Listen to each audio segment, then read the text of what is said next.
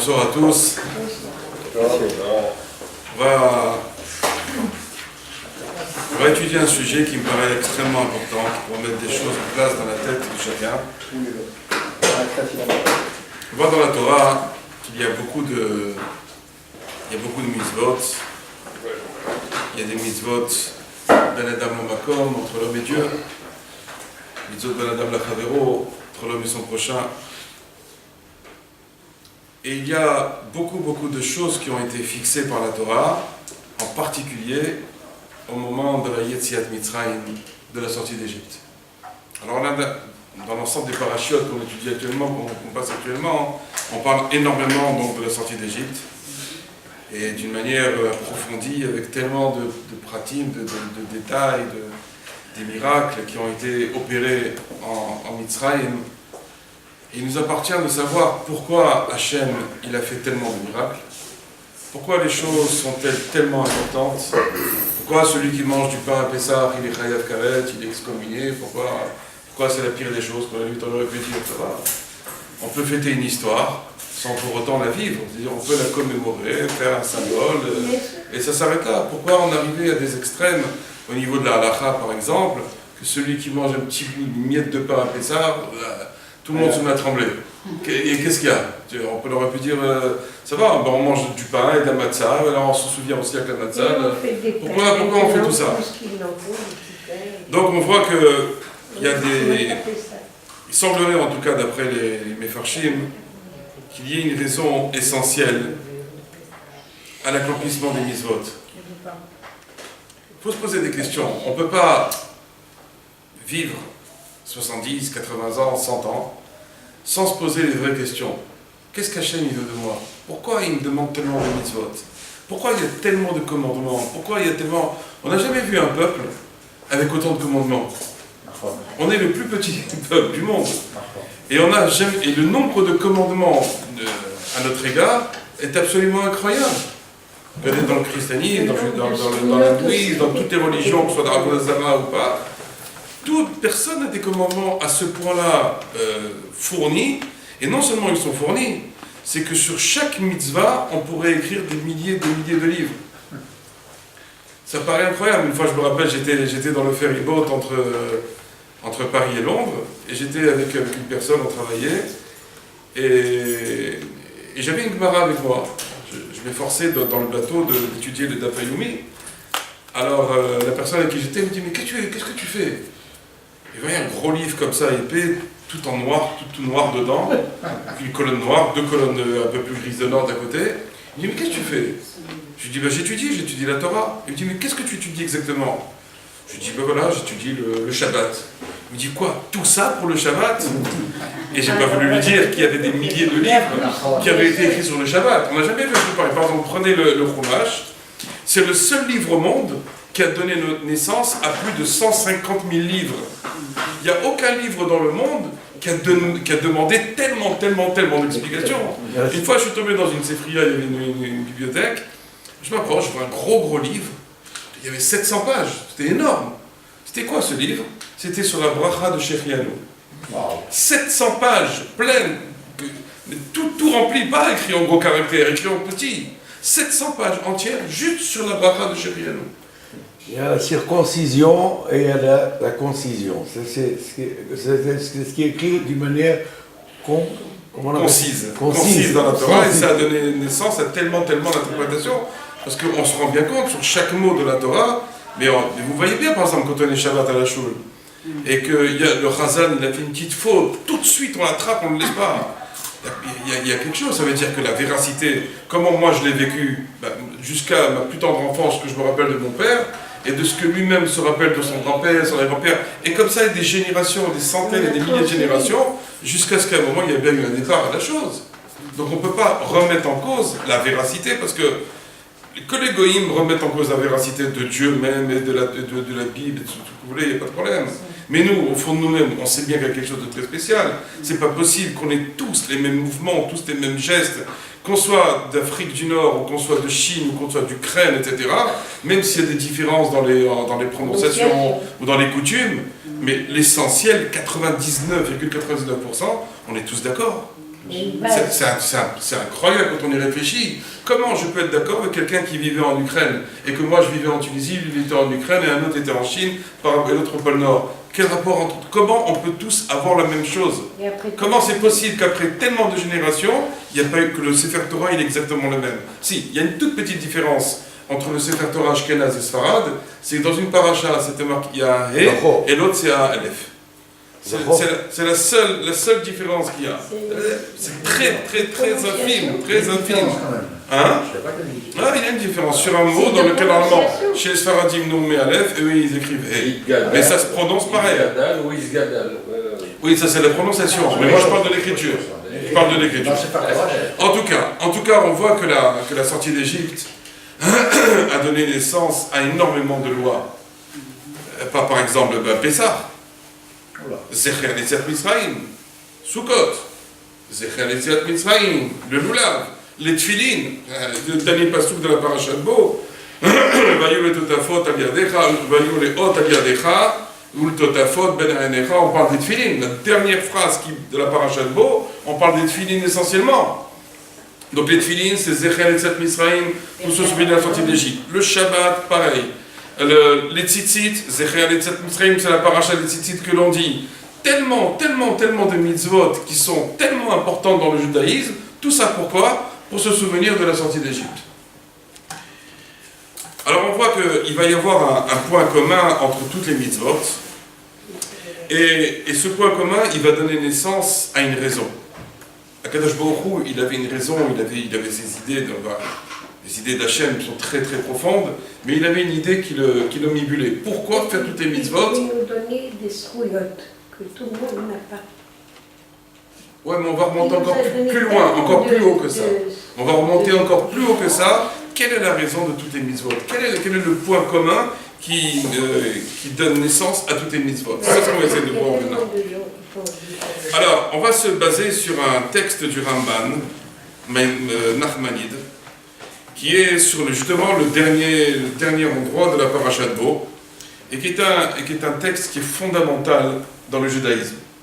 On va l'analyser et on va comprendre énormément de choses, et vous allez voir que la conclusion de Nachmanide, du Ramban, est stupéfiante. Elle est stupéfiante parce qu'on ne s'attendait pas du tout à une telle raison qui va nous donner sur la raison des mitzvot. Quelle est la raison des mitzvot? C'est très étonnant, mais vous allez voir que c'est quelque chose d'extraordinaire. Il nous dit comme ça, il dit, il y a dans le monde des gens, de l'espèce humaine, qui ont des déotes, qui ont des pensées, des idées, et Shtabesh Ba'imuna, qui ont fait en sorte que la Imuna, elle est mise à comment on dit? À part. Elle est mise à part. C'est-à-dire, on ne considère pas que la Imuna envers Hachem, c'est quelque chose d'essentiel, bien au contraire. Il dit, il y a des koifrim, Veikar veomrim ki haolam kadmon. Alors là, ça commence vraiment l'histoire. Il y a des gens sur Terre qui disent que le monde a des milliards d'années. Et donc, s'il a des milliards d'années, ça revient à ce qu'on nous a bassiné pendant toute notre enfance, à la théorie du Big Bang. Comment est-ce que le monde est né, selon ces gens-là, selon ce Koifrim?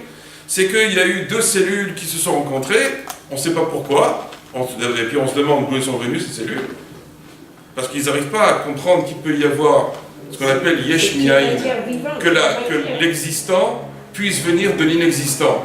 C'est impossible. Pour eux, l'existant doit venir de l'existant. Il ne peut pas y avoir rien, et de ce rien naît quelque chose. Bien qu'en vérité, quand on analyse certaines choses, même ça ne marcherait pas. La génération spontanée, vous prenez par exemple un fromage, vous le mettez dans un tupperware, complètement, ou un ustensile complètement hermétique, vous le revenez 15 jours après, il est rempli de verre. Et là, la nous dit que ces verres-là, vous allez être très étonnés, ils sont cachers. On a le droit de les manger. Bon, je ne sais pas si beaucoup iront... On n'est pas obligé, Mais on n'est pas obligé de les manger, pas une mitzvah, pas de mitzvah de les manger. Mais cette génération spontanée, elle est venue, non pas à partir de rien, mais à partir d'un fromage. Mais là, ce qu'on dit nous, dans le judaïsme en tout cas, c'est que la création, elle est venue à partir de rien. Et ça, ils n'arrivent pas à la gober, cette histoire-là. Et obligé qu'il y avait deux cellules qui se sont rencontrées. Cette rencontre a créé quelque chose de vivant, et une deuxième, etc., jusqu'à ce qu'on est arrivé à aujourd'hui, avec donc après la théorie donc, du Big Bang. Et puis, il y a eu on a compris qu'il y avait des cellules. Absolument, absolument. Mais ils disent qu'il y a une base, il y a quelque chose à la base, et que le monde a été créé comme ça. Et donc le monde a des milliards d'années. Alors, chose qui est assez étonnante, dans cette version que nous voyons que le monde a des milliards d'années, les théories ont évolué d'une manière extrêmement rapide. Ça veut dire que la théorie qui disait que le monde a des milliards d'années, aujourd'hui n'existe plus. Aujourd'hui, les scientifiques parlent de millions d'années. Et on en arrive même aujourd'hui, les derniers scientifiques, on nous dit que le monde a 100 000 ans. Il y a des dernières théories qu'on parle de ça. Donc on est parti de milliards d'années pour arriver à des dizaines de millions d'années. Ensuite on est passé à des millions d'années. Et maintenant on en arrive à que certains scientifiques disent que le monde a seulement 100 000 ans. On arrivera bientôt, vous verrez. Vous verrez que dans quelques temps, il y aura des scientifiques qui diront que le monde a 10 000 ans. Et qu'on s'approchera doucement, que le monde a 5 700 et quelques années. Donc c'est des choses qui prennent leur temps, mais même les scientifiques arriveront un jour à démontrer l'existence de Dieu. Vous verrez qu'ils y arriveront. Vous verrez que c'est quelque chose qui va sortir d'une manière mathématique, physique, chimique, que le monde n'a pas pu être créé de lui-même, mais qu'il y a eu obligatoirement ce qu'on appelle un Koach Elyon, une force suprême, qui a été le déclencheur de l'histoire. Donc ça ne peut pas être comme ça. En tout cas, il dit le Ramban, il y a des gens, donc ces Kofrim, là, ces gens, c'est des renégats, qui pensent que le Olam Kadmon, que le Olam, il a des milliards d'années. Donc comme quoi cette théorie n'est pas seulement d'aujourd'hui, c'est-à-dire elle perdure depuis longtemps. Le Ramban vivait il y a déjà 700 ans. Donc c'est-à-dire déjà de son époque, ce genre d'idées Meshubashot, il y a complètement folles, elles existaient déjà. Ils n'avaient pas de preuves, ils n'avaient pas de télescope, ils n'avaient rien du tout. Ou par exemple la notion le moyen de datation, le carbone 14, que ça aussi on a grandi avec le carbone 14 qui est un moyen de datation des éléments dans le monde, et qui aujourd'hui, depuis maintenant à peine 20 ans, a été complètement balayé, complètement remis en cause, et on ne se sert plus du tout du carbone 14. C'est le carbone 14 qui disait que le monde avait des milliards d'années. Maintenant qu'ils ont compris que le carbone 14 était une valeur qui était complètement désuète et qui ne marchait pas, et qu'on n'arrive pas à dater comme il faut, du coup c'est descendu à des millions, à quelques centaines de milliers d'années, et on en arrive à 100 000 ans. Plus on évolue dans les systèmes de datation, et plus on arrive à dire que le monde, en fin de compte, n'est pas si vieux que ça. Enfin ouais, je ne vais pas faire un truc sur la création du monde, mais je ramène ça pour expliquer un peu les idées de... Voilà. Et donc, qu'est-ce qu'ils disent? Ils disent, ces gens qui croient donc quand le monde est venu donc d'un Big Bang, ils disent, Kachashu Bashem Yamulou. Il dit, il n'y a pas de Dieu. Il n'y a pas. Le monde, il est comme ça, il s'est venu comme ça, il n'y a rien. Et il dit, Oumem, Achishim, Yediato, Apratit, Veamru, Ekayada. Il dit, donc il n'y a pas de Hachem. Et il y en a d'autres, par contre, ils disent, Viesh da Belion, Oumem, Shiyodou, Beyediam, Achishim, Beashgacha. Qu'est-ce qu'il dit? Il dit, ok. Il y en a qui pensent autrement. Il y a une force suprême. Mais cette force suprême, ils contredisent le fait de ce que nous appelons la Ashgacha Pratit, la providence divine. Qu'est-ce qu'on dit, nous? Qu'est-ce qu'on dit dans le judaïsme? On dit que chaque Yehudi, quel qu'il soit, où qu'il soit, même qu'il est descendu au plus profond des abîmes, dans le plus profond des ténèbres, et vous comprenez à quoi je fais allusion, je ne parle pas je parle dans la Touma, dans l'impureté dans laquelle il est, etc., même là-bas, Kadosh Baruch Hu se trouve avec lui. Même Kadosh Baruch Hu se trouve avec lui, non seulement pour ça, mais il le protège. Même qu'il n'a aucun mérite, même qu'il ne fait aucune mitzvot, même qu'il ne fait rien du tout, il y a une protection de Dieu sur lui. Ils disent non, ça, il y a peut-être un Koach Elyon, mais pas au point que chaque petite fourmi que nous représentons, qu'il va se préoccuper de nous. À quoi ils nous comparent, ces gens-là? Ils disent comme dans la mer. Dans la mer, il y a des poissons. Il y a des milliards de poissons dans la mer.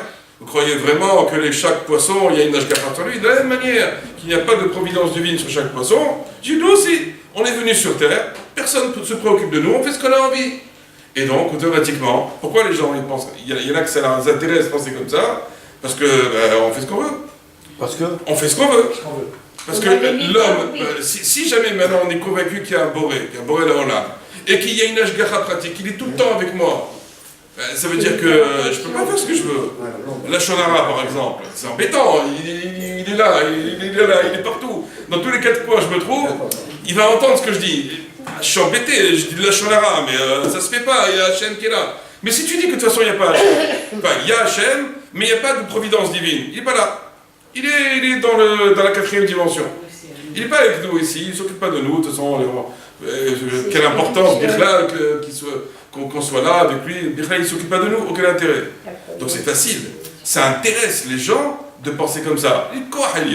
Force suprême, mais ça s'arrête là, ils nous laissent tranquilles. La preuve, c'est qu'ils ne s'intéressent pas à nous. On est comme des poissons dans la mer. Mais ça nous intéresse vraiment de dire ça, parce que comme ça, on s'éclate, quoi. On va en discothèque, on va danser. C'est super. On n'a pas envie qu'on nous dise le contraire. Parce qu'automatiquement, dans la mesure où en plus on est juif, et on sait qu'on a plein de mitzvot à accomplir, ça nous remet en question. J'ai envie d'aller à la plage Shabbat, moi. Laissez-moi tranquille. Arrêtez de m'embêter. Oui. J'espère que ce n'est pas du Lachon Hara. Quand on a ouvert la synagogue ici, il y a déjà 33 ans que le bâtiment existe, et 39 ans qu'on a compris. Autour de nous, il y a 2 ou 3 synagogues qui se sont ouvertes. Alors il y a des gens qui prétendaient qu'ils préféraient prier ailleurs, dans les autres. Alors j'ai posé un peu la question, quelle est la raison? Il dit, quand on arrive ici, on est bouclé, on ne peut rien faire.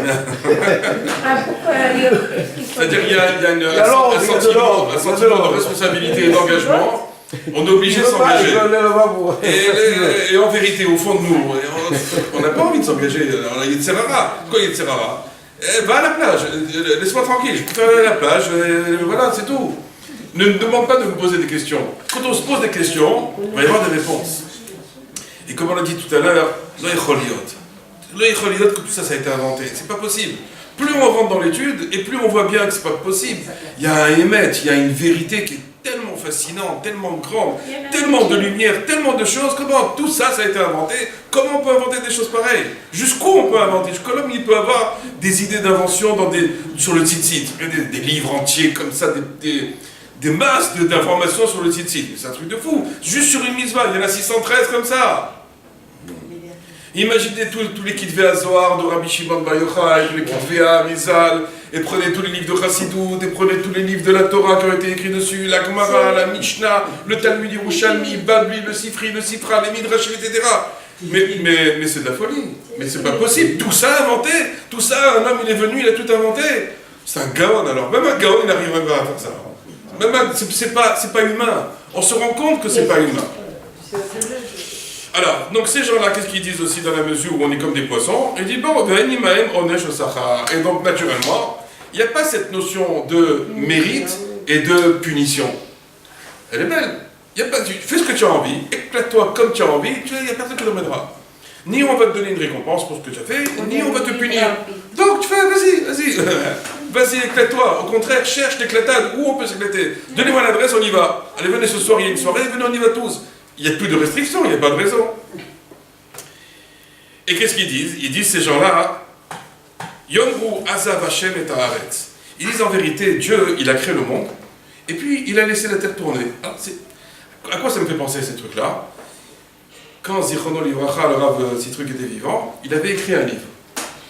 Alors, c'est que dans la mesure où il était grand rabbin de France, c'est normal que tous les journalistes allaient décortiquer tout ce qu'il a mis à l'intérieur. Bon. Alors lui, grand rabbin, il ne va pas commencer à marquer des choses du christianisme, mais il marque les valeurs du judaïsme. Donc qu'est-ce qu'il a dit? Il a dit, ben voilà, Kadosh Baruch Hu a créé le monde, et tous les jours, comme c'est marqué dans la Tfila, tous les jours, il y a ce qu'on appelle le renouvellement, le Chidush HaOlam. Il renouvelle son monde. Tous les journalistes lui sont tombés dessus. Comment vous pouvez dire une chose pareille? C'est faux. Dieu, il est peut-être existant, mais il s'est séparé du monde. Il laisse le monde tourner comme une mécanique bien huilée, bien une horlogerie, etc. Et tout. Ils lui sont tombés dessus. Il n'a pas montré d'où ça venait. Alors qu'il a dit une vérité qui est basique chez nous. Il n'a rien de spécial. Mais comment eux, les goïms, on dit comment ils se mêlent de notre vie, le bon Dieu, ça va pas ou quoi? Il a créé son monde, maintenant il est parti. Tapis Corso, tout ça. Non, c'est que Kadosh Baruch Hu, il est là, il renouvelle le monde, il est à nos côtés, il nous aime. Il y a une histoire d'amour entre lui et nous, on avait parlé une fois d'amour d'Hachem, et si vous vous rappelez peut-être, c'est des choses qui sont pour nous évidentes. Mais chez les Goïm, qu'est-ce qu'il a pas dit, le pauvre? Comment il s'est fait tomber dessus? Mais c'est ahurissant, quand je me rappelle cette histoire-là, c'est ahurissant complètement. Et maintenant, donc, ce qu'il faut savoir, c'est qu'en vérité, Kadosh Baruch Hu, il est très présent, et Kadosh Baruch Hu fait des miracles. Et les miracles, on les voit. Les miracles, on les voit. Il suffit de voir un peu les guerres d'Israël, de l'État d'Israël contre les Arabes. Il suffit de voir les miracles médicaux qui parfois se déroulent devant nous. Comment ils disent les médecins? C'est un miracle médical. On n'a jamais vu un truc pareil. Dans la mezouza, il y avait un truc qui était collé, les deux cœurs, les deux bêtes de l'Evafra, ils étaient collés, comme une histoire, il y en a eu comme ça. Le sofer, il est venu, il a séparé avec une lame gilette les deux bêtes. Ils sont recommencés venus faire les tests chez le médecin. Écoutez, on ne comprend rien, il n'y a plus de tumeur, il n'y a plus de machin, dans le cœur tout est ok, tout est parfait. Combien des milliers d'histoires on a entendu comme ça? Miracle médical. C'est-à-dire que Kadosh Baruch Hu, il s'occupe de chacun de nous. Maintenant, il y en a pour certains où le moment est venu, bon ben c'est fini. Mais il y en a d'autres où Kadosh Baruch Hu, il attend que l'on bouge, qu'on fasse des tfilotes, qu'on se réveille. Il attend une seule chose de nous, c'est qu'on développe quelque chose. Et donc c'est pour ça qu'il y a une influence d'Akadosh Baruch Hu sur le monde, et il y a des miracles qui se déroulent devant nous. Et en l'occurrence, donc il y a eu les miracles donc, de la mer Rouge, et donc les miracles qu'il y a eu dans la sortie d'Égypte. Ce sont des miracles qui sont qu'on n'a jamais vus, et que je ne pense pas qu'on reverra avant la nouvelle Géoula Bezrat Hashem, et Mera B'Yameinu. Alors, donc regardez comment le Passouk va nous expliquer les miracles que Dieu fait. Il nous dit comme ça, c'est marqué dans le Passouk, Leman Teda Ki Ani Hashem Bekerev Haaretz. Pourquoi j'ai fait les miracles en Égypte? Afin que tu saches que je suis l'Éternel au sein de la terre. Pourquoi il nous dit ça? Il nous dit le Ramban, Leorot ala Hashgacha, pour nous montrer véritablement qu'il y a une providence divine sur terre et sur chacun de nous. Kilo azav otan et mikrim kedaratam, car jamais Akadosh Baruch Hu n'a abandonné la terre. Comme Akadosh Baruch Hu savait qu'il y aurait des philosophes ou des penseurs ou des goïms ou même des juifs malheureusement qui vont penser comme ça, il nous dit donc, c'est marqué dans le Passouk, Kilo azav otan, le Passouk qui dit Leman teda ki ani Hashem bekerev haaretz. Tout ça, j'ai fait ces miracles en Égypte. Pourquoi? Afin que tu saches que c'est moi l'Éternel qui est au sein de la terre. Au sein de la terre, au sein de l'endroit où tu vis, partout, où que tu sois, où que tu te tournes, à droite, à gauche, en haut, en bas, etc., sache que je suis là. Ça vient nous apprendre que quoi? Qu'il y a la Hashgacha. Sinon, dans le Passouk, jamais il nous aurait dit une chose pareille. D'où on sait qu'il y a la Hashgacha pratique? De ce Passouk. Leman teda ki ani Hashem bekerev haaretz. Tout ça, j'ai fait ça pourquoi? Pour que tu comprennes que je suis là. Que j'ai jamais abandonné la terre, j'ai jamais abandonné aucun Yehudi, même s'il est mort comment il est mort, même s'il a eu les pires souffrances, je ne l'ai jamais abandonné. J'étais toujours avec lui. Pourquoi maintenant il a eu ça? C'est un autre débat, c'est un autre cours, et on en a déjà parlé, etc. et tout. Mais malgré tout, cette notion de Hashgacha, il faut qu'elle nous pénètre complètement. Il faut qu'on sache, Hachem il est avec moi, Hachem il m'aime, Hachem il est proche de moi dans tous les moments, dans tous les endroits, à chaque seconde, dans tous les moments que je vis dans ma vie. Akadosh Baruch Hu il est avec moi, jamais il m'a laissé. Peut-être moi je l'ai laissé, mais lui il m'a jamais abandonné. Et pourquoi je l'ai laissé? Vous savez pourquoi? Quand quelqu'un il se conduit pas bien, à la fin il meurt tellement de honte, il dit bon laisse tomber, je ne vais pas commencer à faire l'hypocrite, commencer à dire Hachem, Hachem alors que je viens de faire... Donc c'est pour ça qu'un homme il se dit, alors il n'y a pas d'Hashgacha, il se sépare et il s'éloigne. Mais en fin de compte, ces voiles de séparation qu'il y a entre l'homme et Dieu, c'est certainement pas Hachem qui a mis ces voiles. C'est qui? C'est l'homme. Chaque avéra que l'on transgresse, quelqu'un il mange du pain à Pessah. Alors maintenant il se sent mal à l'aise, il est mal, etc. Il se dit bon ben c'est fini quoi. Je prends le cas du pain, mais bon c'est pour autre chose. Donc je prends du pain à Pessah. Bon ben laisse tomber, on va pas se forcer, non, j'arrive pas. J'ai succombé, j'ai vu du pain à Pessah, je l'ai mangé. J'ai succombé, qu'est-ce que tu veux, non? Je ne veux pas commencer à me la jouer, je vais pas venir à la choule et commencer à bouger pendant la prière. Arrête, ne fais pas l'hypocrite. Sois pas un hippo, comme on dit. Donc il n'y a aucun intérêt à faire tout ça. Donc on se sépare. Mais lui, Hachem, il ne s'est jamais séparé de nous. Parce que j'ai mangé du pain à Pessah, il n'y a plus d'Hashgacha sur moi. Parce que quelqu'un, il roule en voiture Shabbat, il n'a pas de protection de Dieu. Il a une protection. Elle est peut-être moins forte. Ça oui. Elle est peut-être moins forte que pour quelqu'un qui a vraiment Shomer Shabbat, qui est vraiment... Mais elle existe, Kadosh Baruch Hu, il est là. Jamais il laisse personne. Quel que soit son degré de religion, même quelqu'un qui ne croit même pas en Dieu, il y a la Hashgacha sur lui. Pourquoi quand il y a eu les guerres avec la dynastie d'Israël contre les Arabes, etc., je crois que tous les soldats c'était des grands religieux, c'était pas des grands religieux. Pourtant ils ont vu des miracles de fou. Normalement on devrait dire on fait des miracles uniquement pour ceux qui croient. Ceux qui ne croient pas, ils sont squeezés. Mais non. Même ceux qui ne croient pas, Akadosh Baruch Hu faisait des miracles pour eux. Regardez au moment de la guerre de Kippour, quand il y avait les 5 tanks contre les, je ne sais pas combien de centaines de tanks des Arabes. Et comment c'est possible que ça n'a pas de sens? Ils se sont tous sauvés. Ils ont laissé les chaussures, ils ont les photos. On a les photos quand des chaussures des Arabes par terre et qu'eux en train de se sauver. Pourquoi vous êtes sauvés? Alors ils ont attrapé, ils nous ont demandé pourquoi. Il dit parce qu'on a vu un ange qui nous a machin, qui nous a fait peur, alors on s'est sauvé tout. C'est l'arabe maintenant qui dit j'ai vu des anges, je ne sais pas. C'est sûrement un guet-apens. Donc, ils n'ont pas cru, c'est pas possible. Donc on voit bien que la Hashgacha, la providence divine, elle est présente, mais surtout en Eretz Israël. Les yeux de Dieu sont rivés sur la terre d'Israël depuis le début de l'année jusqu'à la fin de l'année. Donc il se passe des choses. Même des gens qui sont pas religieux ici, on est abasourdis. Ils disent mais comment ils sont pas religieux et pourtant regarde comment ils sont, regarde les miracles qu'ils ont eu, regarde la force de caractère, c'est incroyable. Donc cette Hashgacha, elle est vraiment présente. Le seul truc qu'il nous faut, c'est développer la Emouna dans la Hashgacha. Être sûr, être ma'amine, mais taper du poing sur la table, Hachem, je suis ma'amine que tu es près de moi. Parce qu'on l'oublie. C'est ça le problème. On oublie qu'il y a la Hashgacha sur nous. On se dit, c'est mort, tout ça c'est mort, je vois tout noir, les gens ils se trouvent dans un tunnel, ils sont comme les juifs devant la mer Rouge, ils voient la mer devant eux avec les vagues démontées, derrière eux comment ça s'appelle, j'allais dire les Palestiniens, les Égyptiens qui leur courent après pour les tuer, à droite les animaux sauvages, à gauche les animaux sauvages, qu'est-ce qu'on fait, où on va, comment on va s'en sortir, c'est impossible, Et pourtant c'est à ce moment-là que le Ben Adam il commence à être soek, la chaîne, il commence à crier dans le Boréolam, et que la mer s'ouvre. Mais si tu n'es pas de Soek, même que tu es entouré de cadavres de tous les côtés, c'est ta seule solution de crier vers Hachem. Et c'est ce qui s'est passé. Et la mer, il y a eu un miracle. Mais si quelqu'un il dit non, on va toujours s'en sortir, on va se débrouiller, on a l'armée, on a des trucs, etc. Mais non, crois d'abord en Hachem, tu peux être encerclé maintenant. Encerclé de tous les côtés, des 4 côtés, il n'y avait aucun moyen de s'en sortir. Aucun moyen. Et pourtant, la Hashgacha était présente, Hachem il entend tout, il voit tout, il le sait, tout ça il le ressent, tout ça il est avec nous. Mais ça c'est une émouna qu'il faut travailler sans arrêt. Si on la travaille sans arrêt, vous verrez qu'on aura beaucoup moins de bilbouling, de perturbations dans son esprit. Ensuite il continue le Rambam.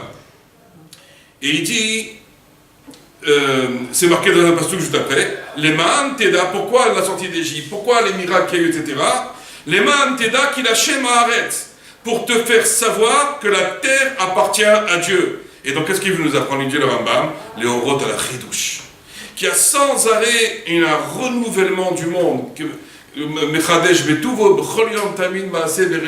Sans arrêt, il y a un renouvellement du monde. Sans arrêt, Kadosh Baruch Hu, il intervient dans le monde. Il ne faut pas croire que les choses, elles sont bloquées, elles sont figées, et que les choses ne peuvent pas bouger.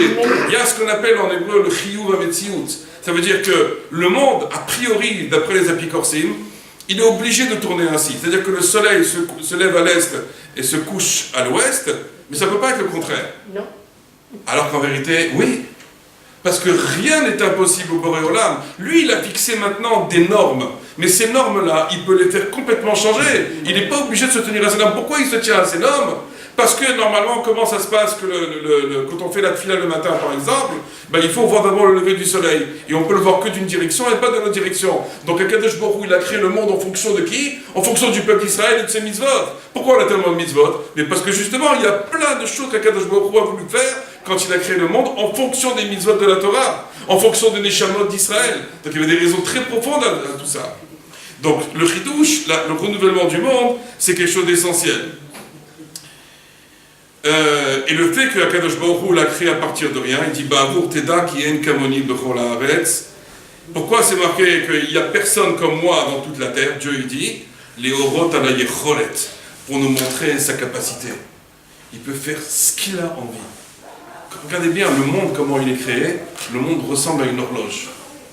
Regardez la Terre, comment elle tourne toute seule. Voilà. Déjà, on pose la question, comment elle tourne toute seule, la Terre? Vous voulez m'expliquer quelque chose? Moi, je vous mets au défi de prendre un ballon et de le faire tourner à l'infini. Je veux voir. Allez-y, même mettez un moteur. Même le moteur, il va se fatiguer à la fin. Il ne pourra pas tenir. Si on a mis un moteur, oui. Mais là, quel est le moteur? Pourquoi la Terre est toute seule? Et non seulement elle tourne toute seule, et comment tu vas faire sa balade autour du soleil comme ça. Et non seulement la Terre, et la Lune, et le Soleil, et tout le monde, ils font une danse comme ça. Tu sais, on est chez les horlogers bijoutiers de chez Breitling, c'est une précision inimaginable.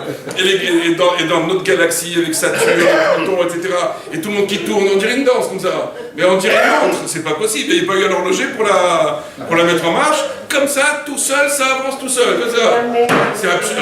Et plus on va au niveau scientifique, et plus on se rend compte que nous, qu'est-ce qu'on dit dans la Torah, dans le judaïsme, que la chiyut de Dieu, la vitalité d'Hachem, elle est partout dans le monde. Alors, quand on se pose la question, on dit, mais quoi? Même dans du bois? Le bois, il y a Dieu dedans? Comment il y a Dieu dedans? Regardez, avec l'analyse des microscopes très très puissants, ils ont décelé le micron. Et dans les microns, il y a les électrons. Et les électrons qui tournent à une vitesse de fou. Ça veut dire quoi? Pourquoi tout ça, il y a une vitesse de fou dans les électrons? Parce que Akadosh Baruch Hu a mis sa chiyut dans le monde. Il a mis sa vitalité. D'un autre côté, il s'est caché, il n'a pas voulu qu'on se révèle au monde pour qu'on ait le libre arbitre. Mais d'un autre côté, il a fait un monde dans lequel on est obligé de dire qu'il y a quelque chose qui bouge. C'est pas possible que des électrons comme ça, ils bougent à une vitesse de fou. Mais qui les fait bouger? Mais c'est un truc de fou. Si on réfléchit à la chose, c'est un truc inimaginable. D'où ça sort un truc pareil? Donc c'est ça ce qu'il nous dit.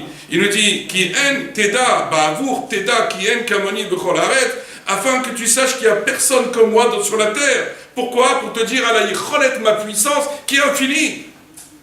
Tout ça, ça nous fait rentrer des notions qui sont capitales dans le judaïsme. Pourquoi des fois il y a des gens qui n'ont pas envie de faire la Torah? Et pourquoi? Mais parce qu'il leur manque la base. Et c'est quoi la base? Socle. C'est la Emouna. La base, c'est la Emouna. C'est pour ça que des fois, quand un homme, il n'arrive pas à avancer plus. Parce qu'au fond, quand il dit, ça se trouve, c'est bidon, tout ça. Il commence à se faire des films dans la tête, commence à se poser des questions, des réponses et des machins. Après, il se fait les réponses. Et puis bon, après un jour, on va, il a tout basé. Mais d'où c'est sorti, ça? Pourquoi il a tout basé? Pourquoi on voit des juifs à Méacharim qui se mettent à jouer au smartphone pendant Shabbat? Avec des périodes comme ça, des Strangler. Qu'est-ce qu'ils ont? Pourquoi des familles entières d'orthodoxes ont quitté le giron de la Torah? Ils sont partis. Fini. L'autre il s'est rasé là-bas, il a enlevé les périodes, les chapeaux, les machins. On dirait des chilonim gourim. Des familles entières. 8 enfants, 10 enfants, ils ont tout basé. Qu'est-ce qu'il y avait? Il y avait des problèmes, des questions, il y avait des questions. Et malheureusement, dans le monde religieux, quand quelqu'un a une question de Emouna, il est très mal vu. Très mal vu. Les gens, même nous d'ailleurs, si on a nos enfants et qu'on voit que le gosse du voisin, c'est des gens qui ont pris les Emouna, etc., on n'a pas envie que nos enfants ils jouent avec lui, parce que peut-être c'est quelque chose qui est machpia, c'est quelque chose qui influe. La mauvaise éducation, on fait attention aux fréquentations. Pour ça, on fait attention aux enfants qui fréquentent pas, parce que imaginez que le gosse, il va fréquenter un garçon de 10 ans de son âge, et que tu vas leur raconter des bêtises, etc., qu'il n'y a pas Hachem, qu'il n'y a pas de Torah, etc., et tout. Le gosse, il ne les mouche pas, il est influencé par la chose, et puis lui aussi, il va tout baser par la suite, donc on doit faire attention. Donc, en plus, dans le milieu très très très religieux, on n'est pas intérêt à dire qu'on a un problème de Emouna. Alors là, les grillés, quoi. C'est fini. C'est-à-dire que plus personne ne nous parle, on est pestiféré. Et on peut dire, on peut comprendre. On peut comprendre qu'on ne veut pas se coller avec des gens qui sont complètement out. C'est un problème pour l'éducation, pour nous-mêmes, etc. C'est très difficile. Il y a d'autres facteurs des fois. C'est pas que ça, par exemple, chez des familles, par exemple, le père, il n'arrive pas à faire une bonne gestion de sa famille. Il abandonne un peu ses enfants, il ne s'occupe pas d'eux comme il faut. Ça aussi, ça reflète. C'est un des éléments qui arrive. Il n'y a pas une bonne transmission. Il n'y a pas une bonne transmission. Mais tout ça, mais si on savait transmettre la Emouna, l'histoire, elle est gagnée. Le problème, il faut savoir transmettre, et pour la transmettre, il faut la vivre. L'exemple aussi, il est important. Tant qu'on ne vit pas la Emouna, on ne peut pas la transmettre. C'est difficile. C'est la raison pour laquelle des Mefarshim comme le Rambam sont venus parler des axiomes de base. Tout ça, pourquoi? Parce qu'il y a des psukim qui répondent justement à tout le questionnement qu'ont certaines personnes sur la création du monde, sur la Hashgacha pratique, sur oui ou non, Akadosh Baruch Hu il est avec nous, il n'est pas avec nous, etc. Ben, tous ces psukim-là, en fin de compte, ils viennent nous dire, ben, tu sais, Akadosh Baruch Hu, il a la Hashgacha sur le monde, Akadosh Baruch Hu, il renouvelle le monde sans arrêt. Akadosh Baruch Hu, c'est lui qui a créé le monde et pas par le biais du Big Bang, en aucune manière, etc. Donc les Pesukim, c'est Dieu qui parle. Qui c'est qui parle dans la Torah? C'est Dieu. À part quand il dit à Moshe Rabbeinu, Moshe Rabbeinu des fois il parle. Mais en général, c'est Hachem qui parle. Ou c'est Moshe Rabbeinu qui parle au nom d'Hachem. C'est la même chose. Donc vous voyez que ce problème est un vrai problème. Et on voit aussi que Akadosh Baruch Hu, il a fait en sorte, parce qu'il y a des gens qui disent, ok, il y a peut-être eu la mer Rouge, mais moi, je ne l'ai pas vue. Moi, j'ai pas vu. Moi, je crois que ce que je vois...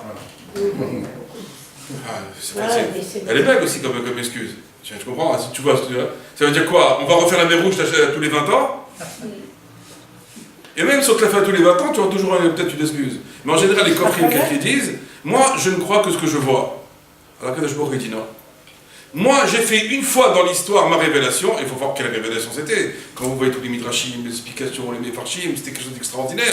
Quand Dieu, qu'est-ce qu'il a fait quand il s'est révélé au monde, aux Juifs en particulier? Il a ouvert les 7 cieux. Et il a dit, Ani Hashem ve'en od milvado. Il n'y a personne, il n'y a rien. Pourquoi il a fait ça? Vous savez qu'il y a 7 cieux. Il y a le ciel qu'on a nous. Il y a le deuxième, c'est le cosmos. Le troisième ciel, c'est là où monte la fumée des corbanotes, etc. Comme ça jusqu'au 7e.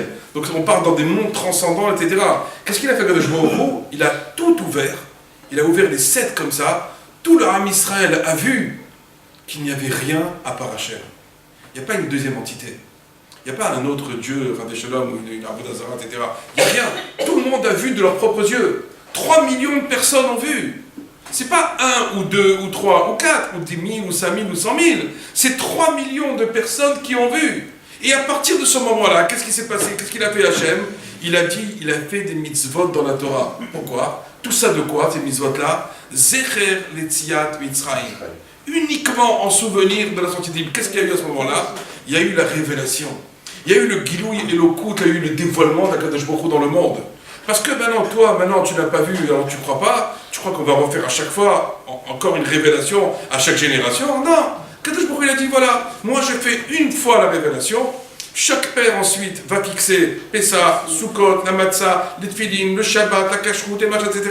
Tout ça en souvenir de la sortie d'Égypte. Et c'est pour la raison pour laquelle que celui qui mange du pain à Pessah, par exemple, il est Chayav Karet.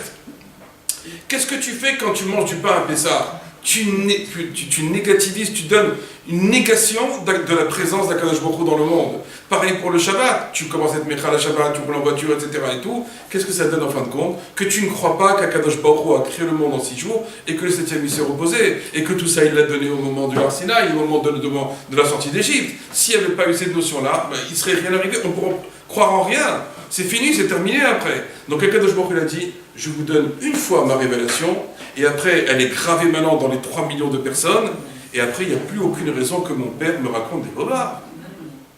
Pour quelle raison? Pourquoi mon père il va se fatiguer? Mon grand-père, l'arrière, jusqu'à autant qu'on puisse se souvenir, pourquoi ils vont faire tous les mêmes gestes? Mais tous les mêmes gestes, pendant des dizaines et des centaines de générations? Tout ça ce serait faux, pourquoi faire? Et quel intérêt? On gagne de l'argent avec ça? Ça nous coûte de l'argent. Vous avez payé ça comme ça coûte? C'est une fortune. Et la souka, et aller se crever à construire, mais pourquoi faire? En plus, on aurait pu dire donne ça au monde entier. Non, il n'y a que le peuple élu, le petit peuple juif, qui a été méritant de ça. Les goïms n'ont pas. Mishpatim balié daoum aleluka. Ou mishpatim balié daoum aleluka. Et tes préceptes, tu ne leur as pas fait connaître. C'est une volonté divine qu'il n'a pas voulu faire connaître la Torah aux autres peuples. Il n'y a que nous qui l'avons eu.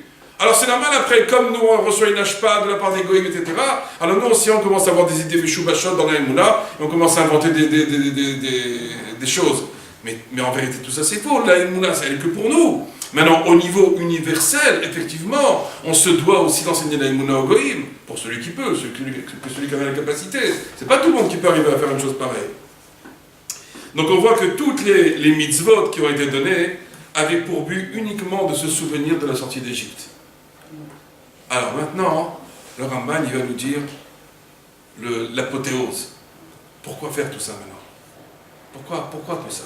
C'est quoi le but? C'est quoi le but de l'histoire? Regardez. Il dit, c'est marqué dans le Pirkei Avot, Ave Zahir be mitzvot kala, ki bachamura. Dans le Pirkei Avot, c'est marqué que tu dois faire attention à la petite mitzvah, comme à la plus grande mitzvah, style Netziat Yadayim et genre Shabbat. Ne fais pas de différence. Pourquoi? Shekulam chamudot vechavivot meod. Toutes elles sont belles, elles sont appréciables, elles sont merveilleuses. Je ne veux pas dire cette mitzvah, elle me plaît, je la fais, puis celle-là me saoule, bon, on verra plus tard, d'accord? Non, il n'y a pas. Tu ne dois pas faire de différence dans les mitzvot, toutes elles sont extraordinaires, les mitzvot. Alors il dit, Non, mais quand même, c'est ça. chez Bechol Shah Adam Modé Ba'en Eloka, qu'à chaque instant qu'un homme réalise des mitzvot, qu'est-ce qu'il fait en vérité? Il rend grâce à Hachem. Et il dit, regardez bien ce qu'il va dire. C'est un secret, et il faut le dévoiler, il faut que tout le monde le sache, et nous-mêmes, il faut qu'on se le remémore sans arrêt dans notre esprit. Il dit, mais kavanat kol ha-mitzvot, l'intention essentielle de toutes les mitzvot, quelle est la raison? Shena'amin be'elokenu, qu'on développe la émouna dans notre Dieu. Pourquoi je mets les tefilines? Pour développer la émouna. Pourquoi je mange kasher? Pour développer la émouna. Pourquoi je fais le Shabbat? Pour développer la émouna qu'il a créé le monde. Pourquoi je vais faire la soukha? Pour me rappeler qu'ils étaient avec cette Mitzrayim et que je vais développer ma émouna grâce à ça. Idem pour le lulav, idem pour le tefillin, idem pour toutes les mitzvot.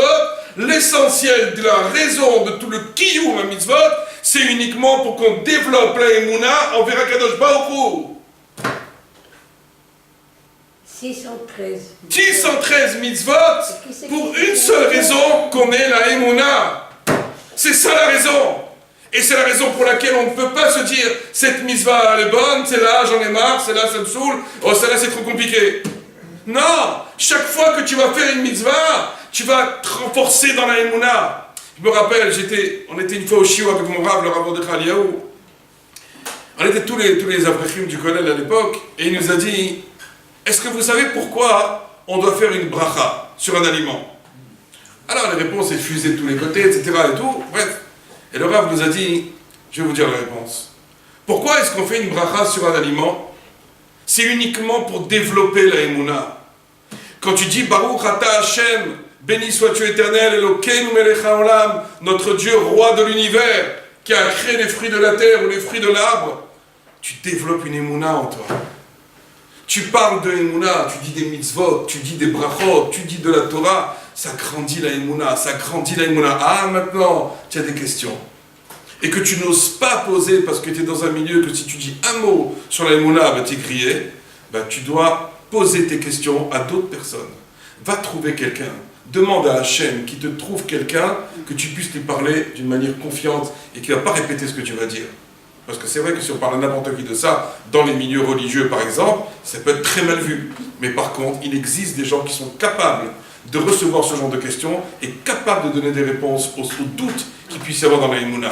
Comme on l'a développé ici maintenant. Donc la première raison, nous dit le Ramban, Shena, Min, Bechol, Be'elokenu, qu'on doit développer la Emouna dans notre Dieu. Venode elav sheu baranu. Et la deuxième raison, c'est qu'on doit le remercier qui nous a créés. On doit lui dire merci, Boré Olam. Et on doit pas seulement croire en Hachem, mais lui dire merci, merci, merci, merci à la colle. Même sur les choses qui me dérangent. Parce qu'il y a la Hashgacha Pratit, il y a la providence divine qui est près de moi. Et je dois lui dire merci dans tout ce qui se passe, même dans les choses qui m'énervent au plus haut niveau.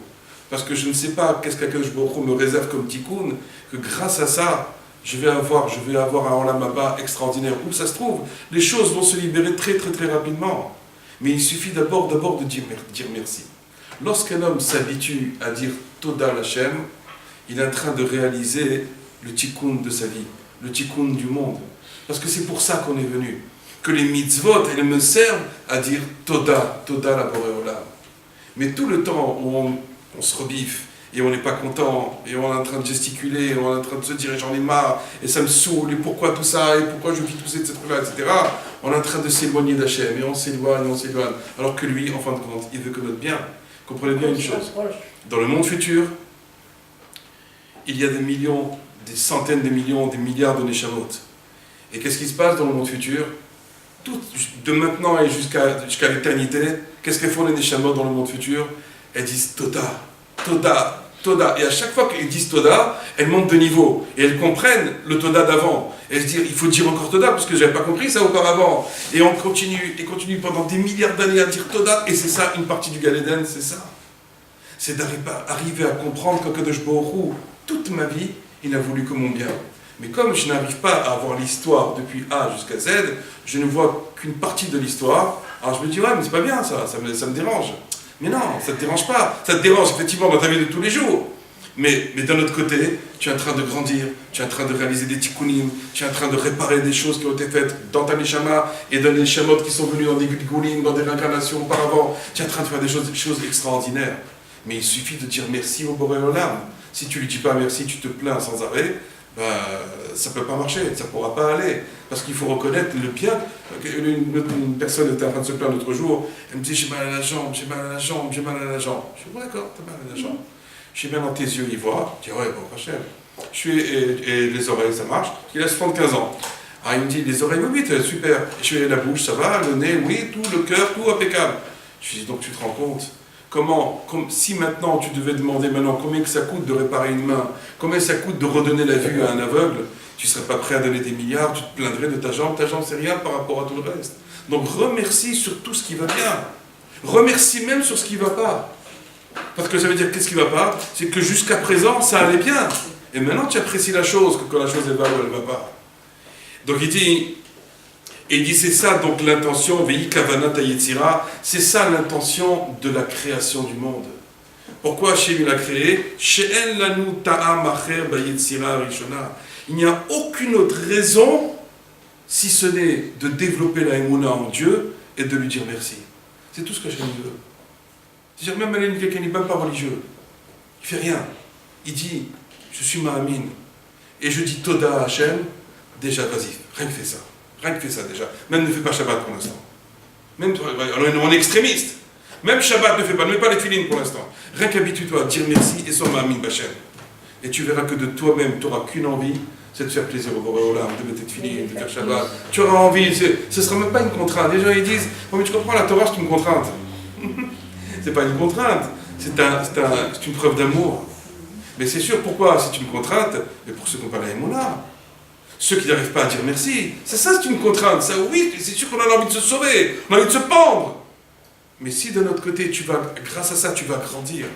Combien de problèmes de Shalom Bayit, par exemple, si les hommes étaient conscients, même que la femme les embête, même que la femme esconde du mal, même que la femme leur fait des tsarot, mais s'il était conscient de combien il peut s'élever en brisant le kaas, la colère qu'il a en lui, là où il aurait tremblé sa femme, il reste avec le sourire. Et il reste zen, et à l'intérieur il va mourir, mais il reste très tranquille, il reste ma'amin, il comprend que c'est pour son bien, et à kol et tova, mais elle t'enlève l'élément essentiel de ta vie, il n'y a pas d'amour, il n'y a plus rien. C'est pas grave, kacha Hashem rotse, et on continue à rester avec le sourire, etc. Je peux vous assurer qu'il s'opère des miracles après. Mais quand le type il se met à crier, à vociférer, à invectiver, et commence à s'énerver contre elle, etc. Et tout, oui, ça va se finir à la rabanoute. Ok, t'es parti à la rabanoute, ok, à faire. Après, tu l'as divorcé après maintenant. Vous voulez que je vous les montre, moi, les divorcés qui viennent après pour essayer de se remarier, comment c'est dur pour eux. Ils croient qu'ils vont trouver le dorado dans la deuxième. Mais la deuxième, c'est pire que la première.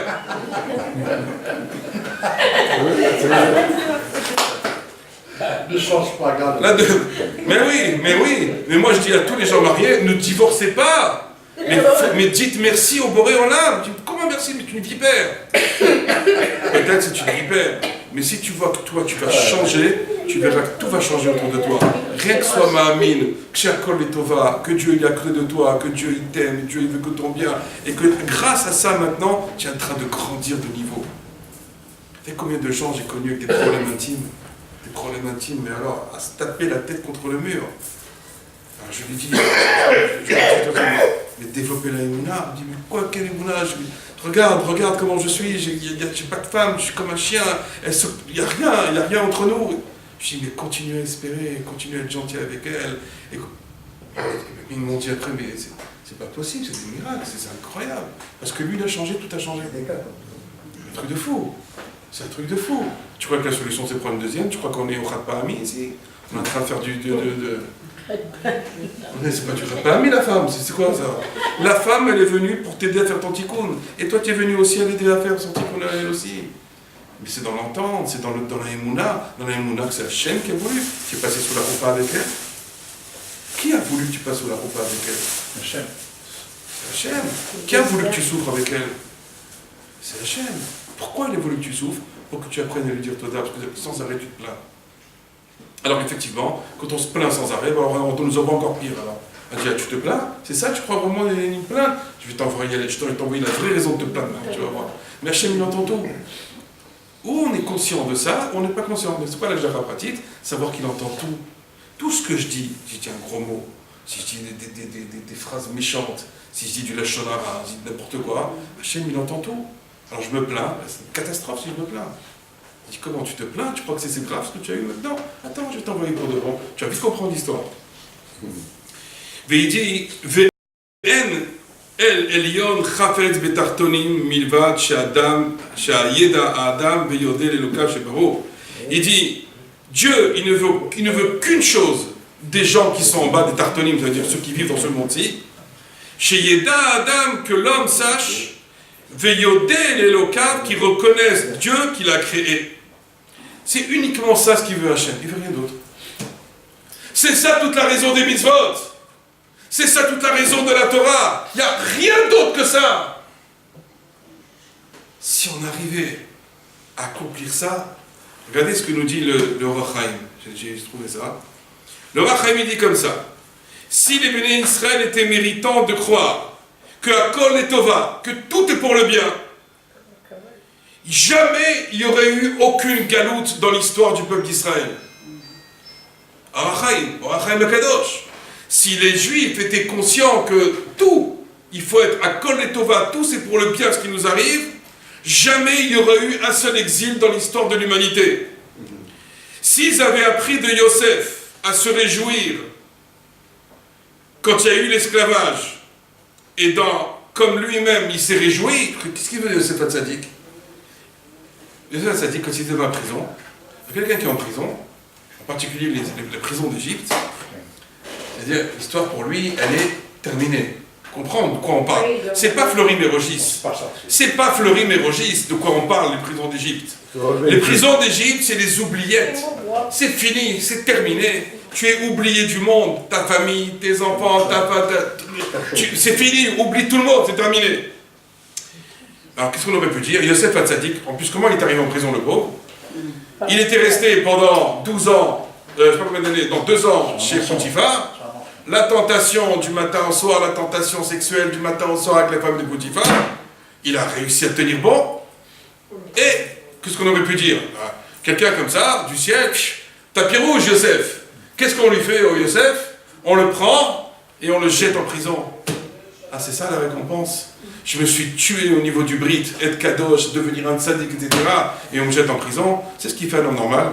Il prend sa kippa, mais allez, ça suffit ces histoires. Arrête tes blagues. C'est ça la récompense. Qu'est-ce qu'il fait Yosef? Il arrive en prison. Il est dans les oubliettes d'Égypte. C'est terminé. Il comprend une chose.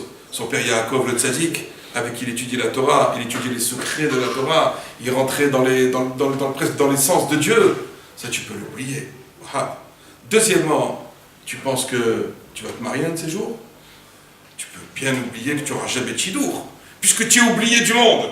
Il t'arrivera rien, tu n'auras jamais de chidour, et donc jamais tu ne passeras sous la choupa. Non seulement ça, mais si tu ne passes pas sous la choupa, tu n'auras pas de femme. Si tu n'as pas de femme, jamais tu auras un bébé dans les bras. Jamais tu pourras lui enseigner la Torah, le faire grandir dans la Torah. Tu n'auras rien de tout ça. Et tu ne sauras jamais si tu sortiras de la prison ou pas. Et malgré tout, quelle était l'attitude de Yosef Hatzadik? Le Midrash nous dit Ouaya mefazez ou mekarker. Qu'est-ce qu'il faisait? Quand il marchait, Yosef, il ne marchait pas, il dansait. Il faisait le jerk. C'est le rock'n'roll. Il dansait. Mais vous vous rendez compte? Mais on peut lui poser la question, Yosef, mais de quoi tu danses? De quoi tu danses le jerk maintenant? Mais ta vie, c'est fini, t'es foutu, t'es terminé. Pleure, arrache-toi les cheveux. Mais pleure, mais tape-toi la tête contre le mur, va pleurer. Non, qu'est-ce qu'il faisait lui? Il dit, mais qui c'est qui m'a mis en prison? Qui c'est qui m'a mis en prison? Hachem. Qui a voulu que je serve maintenant les prisonniers? C'est Hachem. Qui a voulu que maintenant je sois dans les oubliettes? C'est Hachem. Donc si c'est Hachem, et Hachem il peut vouloir mon mal, je sais que j'ai certainement un tikkun à faire. J'ai une réparation, je ne sais pas quoi. Peut-être j'ai une neshama particulière, etc.